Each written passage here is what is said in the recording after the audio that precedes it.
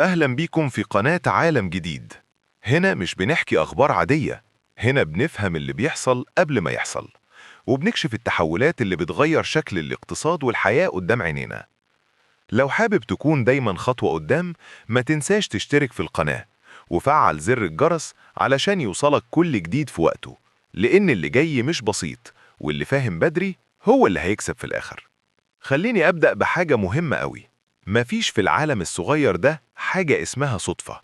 كل حاجة بتحصل وراها نظام، وراها مسار، وراها قرار اتاخد من زمان، يمكن قبل ما احنا نفكر فيه أصلا. في زمن بيتسارع فيه التفاوت الاقتصادي والثروات بتتكدس في إيد إلا قليلة جدا، بقى واضح إن العالم ما ينفعش يكمل كده.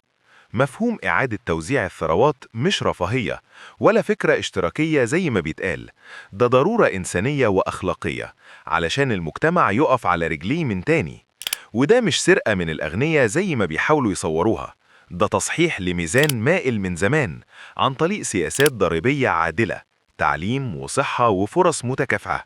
لأن الثروة لما تفضل محبوسة فوق عند قمة الهرم مش بتبني مجتمعات، بتخلق فجوات وعدم استقرار وتضيع فرص ملايين البشر. ومن هنا ظهر الكلام عن إعادة ضبط النظام المالي العالمي، أو اللي الناس بتسميه جريت ريست. مش كفزاعة ولا مؤامرة زي ما البعض فهمه، هو محاولة لإعادة بناء نظام اقتصادي بعد أزمات متراكمة، ديون خانقة، ونظام شغال ضد الإنسان مش معاه. إعادة ضبط تخلي الاقتصاد أكثر استدامة، أكثر شمولاً، وتخلي التكنولوجيا في خدمة البشر مش الأرباح بس خليني أكون واضح، التحذير واجب. أي إعادة بناء لازم تكون شفافة، ديمقراطية، وتحترم الحريات الفردية، لأن أي سيطرة مركزية مفرطة معناها فشل من البداية. المستقبل مش بيبدأ من قرارات فوق، المستقبل بيبدأ من وعينا. نختار العدالة ولا نسيب التفاوت يبلعنا؟ والتفاوت ده ما جاش من فراغ، ده ناتج عن نظام اقتصادي اسمه الرأسمالية، لكن أنا بحب أسميه الاقتصاد الاستنزافي. اقتصاد بيستنزف كل الموارد في خدمة إلا قليلة جدا، ويترك الباقي يكافح.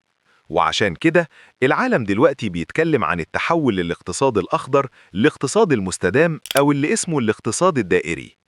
الاقتصاد الدائري ببساطة مش استخراج، إنتاج، استهلاك ورمي، لا، ده نظام مفيش فيه هدر، إعادة استخدام ومشاركة وإصلاح وتجديد وإعادة تصنيع وتدوير.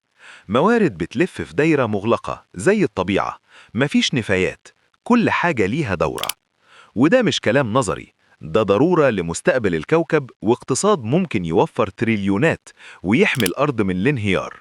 بس السؤال الحقيقي، مين اللي هيدخل الناس كلها في الاقتصاد الدائري ده؟ هنا نخش على نقطة أخطر وأعمق.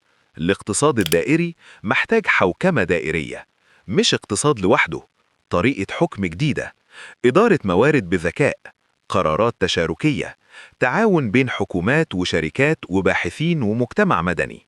لأن الفساد ما ينفعش يحكم اقتصاد دائري، وما يبنى على باطل فهو باطل. وعشان كده كان لازم شبكة اجتماعية عالمية ضخمة بهويات رقمية حقيقية لبشر حقيقيين، مش حسابات وهمية ولا لجان ولا ذباب إلكتروني ولا إشاعات. إنترنت الجيل الثاني ووسائل التواصل اتفسدت، وما ينفعش اقتصاد جديد يتبني على أدوات فاسدة. الحكم الدائري هدفه يعيد توزيع القوة، يقلل الفجوات، ويخلي الاقتصاد يخدم الإنسان والكوكب مش العكس. وده مش رأيي، ده كلام مؤسسات عالمية زي OECD وآلين ماكارثر فاونديشن. الموضوع مش نظري، ده مفتاح مستقبل أخضر وعادل. وهنا نرجع لأصل الفكرة، الدايرة. في قلب الرياضيات الرمز باي مش مجرد رقم، ده روح الدايرة، نسبة ثابتة لا نهائية، رمز للاستمرارية والكمال.